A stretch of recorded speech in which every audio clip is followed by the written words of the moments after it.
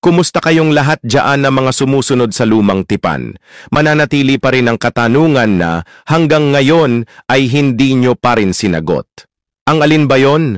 Ang tanong na ito na kung bakit out of 613 laws, ang inagaw nyo lang sa mga Hudyo ay 10 lang. Opo, tama ang narinig nyo. Sinabi ko na inagaw nyo sa mga Hudyo.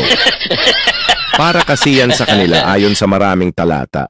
Tulad sa Malakias 4:4, Deuteronomio 4, talatang 44 to 45, mga awit 147, talatang 19 to 20, at marami pang iba. Nasaan na ba ninyo inilagay ang sobra na 603?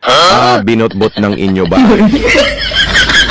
Isa na doon itong tinatawag na The Covenant of Salt ayon sa mga talatang nasa inyong screen. Di ba kayo nahiya sa inyong sarili? Angkin kayo ng angkin sa mga batas na hindi naman para sa mga hentil. Papaano ngayon yan, Tor? Opo, hindi para sa mga hentil ang Torah. Kaya nga ang tawag niyan ay Jewish law. Yung Israel, layo ng layo sa mga hentil, tapos, heto kayo, nangagpumilit isiksik ang inyong mga sarili sa kanila, ano kayo, sineswerte? Opo, hindi nakikihalubilo ang mga Israelita, generally, sa hentil, basahin natin, sa aklat ni Nehemiah, basa. Nehemiah 9:2. And the seed of Israel separated themselves from all strangers, and stood and confessed their sins and the iniquities of their fathers.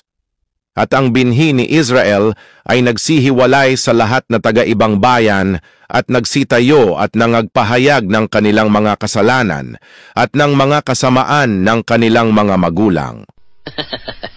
Unya, naunsa naman nakaroon to? Salamat kayo.